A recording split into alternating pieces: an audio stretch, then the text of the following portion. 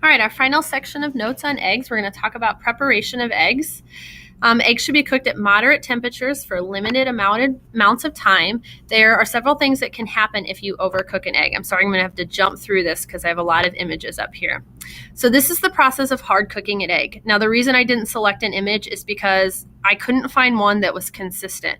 So if you're going to hard cook an egg, you put the egg in the pan, boil the water, and then when the water boils, take it off the heat. And for soft cooked, it's about 3 to 5 minutes, which is right here. And then hard cooked is supposed to be 10 to 15 minutes, which is down here. Now, again, these images there doesn't seem to be anything really consistent. Like you can see the minutes, they look a little bit different there. One thing you can see is if you overcook a hard-cooked egg, it gets this greenish color from the iron and the sulfur. It's fine to eat, but just so you know, that's what it means. Here's another image that shows the different stages and how if it's overcooked, it gets that greenish color. If you're cooking a fried egg, just so you know, this brown crust on the edge means it's overcooked. This is actually a more properly cooked fried egg. Now, that can be preference. I actually like the fried crust on my egg, but just so you understand what standard is for cooking an egg. This is an image that was kind of a fun video we saw that was showing how to cook the largest fried egg. They're actually frying an ostrich egg. So if you want to watch that, you can. And remember, the proper term is hard cooked, not hard boiled.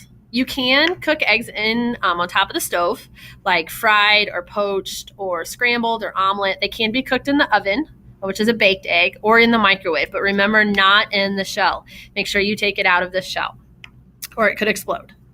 When you do cook it in the microwave, the yolk cooks faster than the white, and part of that is the denseness of the yolk and also that is where the fat is, and that's what the microwaves are attracted to.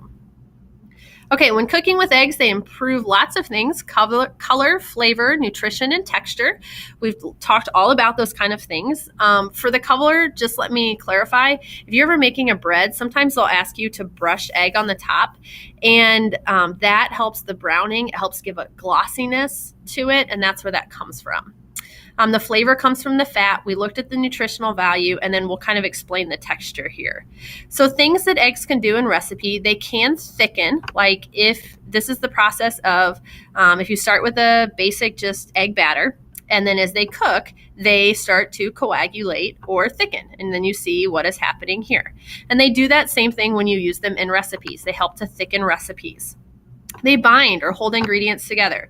Here's the process of making a meatloaf. If you've ever wondered why you add egg in the meatloaf, you can see right there it's added with all the other ingredients. That helps hold that loaf together when it bakes. It acts as a binder. Something else eggs do is they coat. This is the process of making fried chicken. Right there, they're making the egg batter or the egg wash. So you have your chicken that you dip in that egg wash, and then you dip it in the bread coating. And that egg, the purpose is to bind the chicken, the flour to the chicken. All right.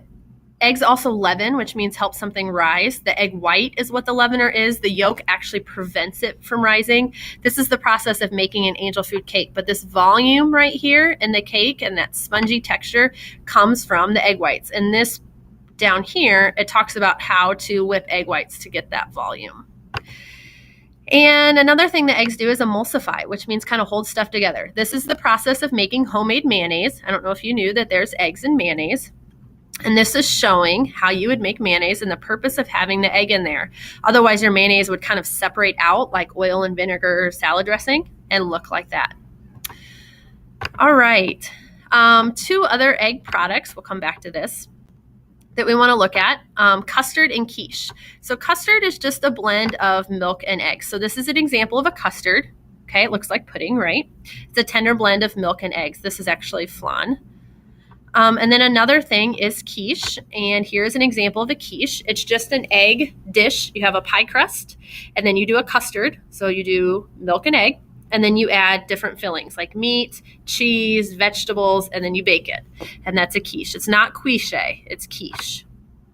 An egg substitute is the last thing. Here's the name brand for a very popular egg substitute, Egg Beaters. It comes in several forms: frozen, liquid, or dried.